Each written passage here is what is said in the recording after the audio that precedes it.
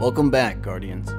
In the last report, we tackled the next two books in the Hive origin saga, the Books of Sorrow, specifically detailing and explaining the bargain that was made with the worm god Yul and the three sisters, the evident war of moral forces of the sky and the deep, and finally, the lessons we may be able to learn from the Krill people.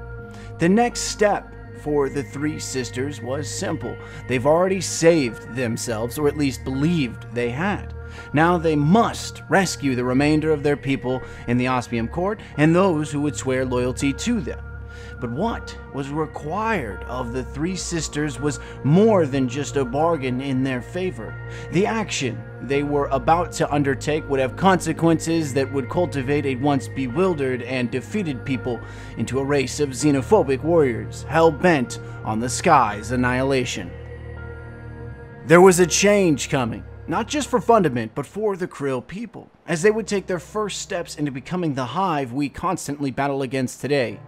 After Arash and her two sisters accepted the bargain of Yul, the worms then gave them, the three sisters, an ultimatum to present to the rest of the Krill. Join in the symbiosis cultivated by worm and Krill, or be crushed beneath Fundament's god wave. But is that a choice?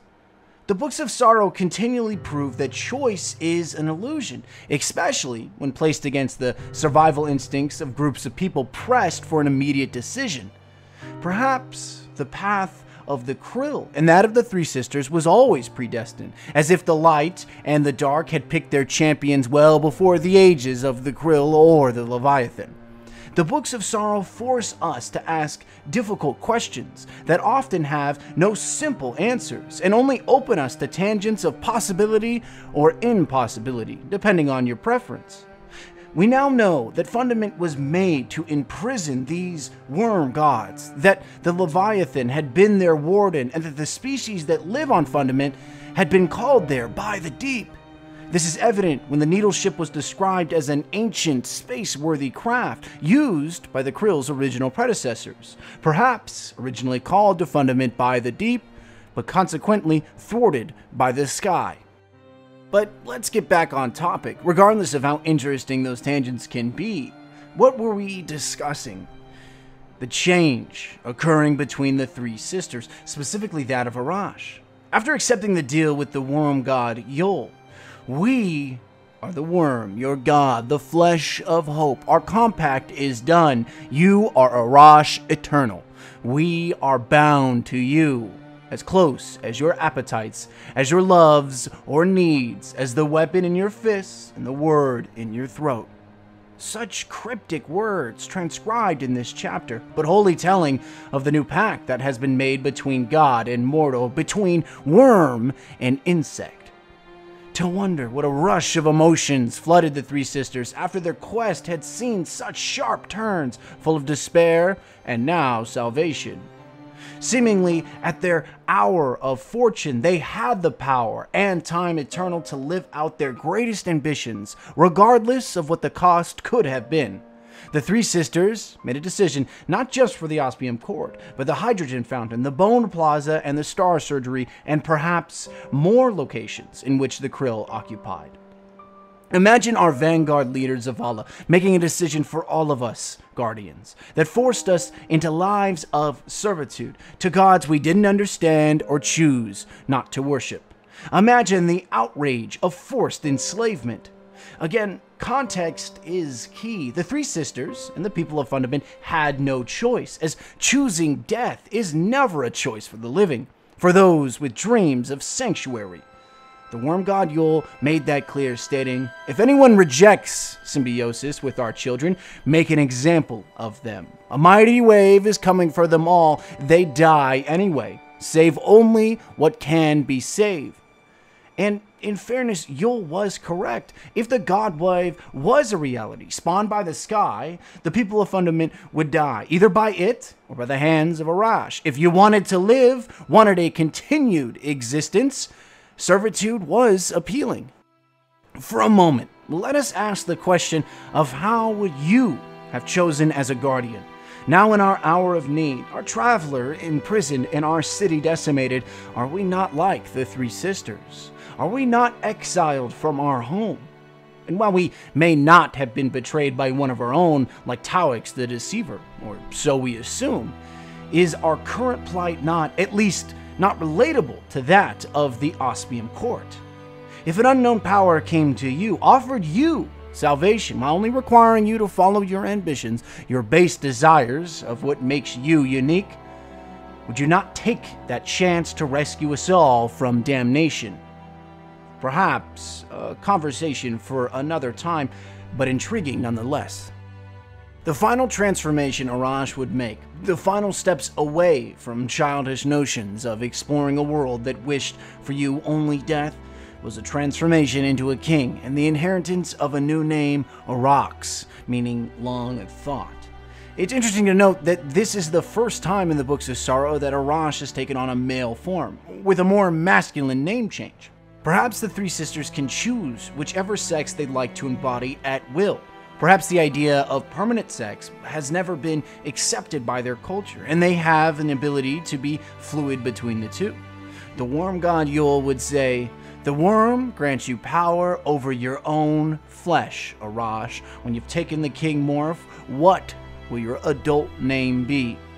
It's interesting, as many would come to understand Oryx as a male, or at least dominantly masculine, but more than likely the Hive have the ability to morph between the sexes, a power granted by the worm for whatever is most appropriate or useful.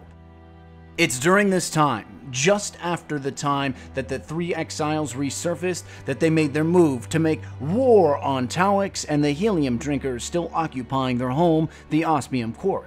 Sathona, now taking the mother morph as Savathun, was integral in driving up the numbers for the new Hive army. As stated by the Worm Gods, "We are pleased with your use of our larvae to create mighty warriors and plentiful knights.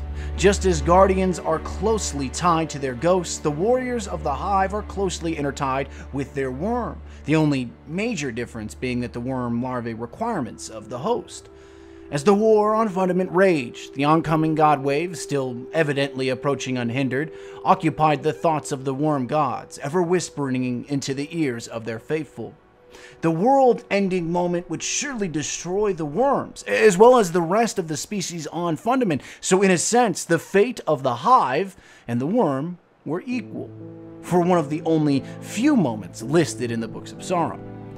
The worms knew, as Arax had known, that the world ender would decimate all, and the war to retake their home, to dominate the many continents of Fundament unhindered, was only a short-term objective. To continue the legacy of the krill, now more closely likened to insects than their original makeup, they must leave Fundament behind. They must take their inexorable conquest to the moons. But leaving Fundament was not such a simple task. If there was a species of the 500 or so that occupied Fundament with the capability of leaving the planet's surface, they would not give their knowledge away freely. And the worms, when speaking to Zero, now Zivu Arath, the Night Morph, knew this. They whispered, "The Leviathan's agents work tirelessly to destroy ships and engines, trapping us on Fundament. If we cannot make ships, we will become them. Overwhelm the Kaharn Bastion, slaughter everyone there. From your axe we shall obtain the logic required to cut space open and migrate to orbit." This sacred knowledge, the first mention of what would become the Hive's matured ability to create holes in space-time, was perhaps the very foundation of the Hive's true power, a power given to them in the form of small whispers, ever so slightly pushing the conquerors on a path more aligned to the goals of the Worm Gods, the immediate objective of freedom. Truly, these Worm Gods are formidable beings, whatever they may be, and the Books of Sorrow offer valuable insight into learning their capabilities and what their true motivations are. But let us not forget that while the story of Arax, Savathun, and Zivu Arath are intriguing, these individuals are murderers of 1,000,000, destroyers of star systems, and conquerors of a billion-year vendetta. All we can hope to do is learn from their mistake, that perhaps, when pressed against the wall of oblivion, there is more than one option of survival, that the first and most likely choice is not always the clear path to salvation. It's a light-hearted sentiment to hypothesize on the potential of the worms never being freed, of the God wave never coming to pass. But it is fruitless to imagine this reality simply because it is not our own. So I ask again, Guardians, would you take the power of the worm to save your people from an eternity of cold, lifeless silence? Or would you hope that your faithfulness to the sky would save you from an eternal freeze of life? Ponder, Guardians, but remember, the worm gods are still out there.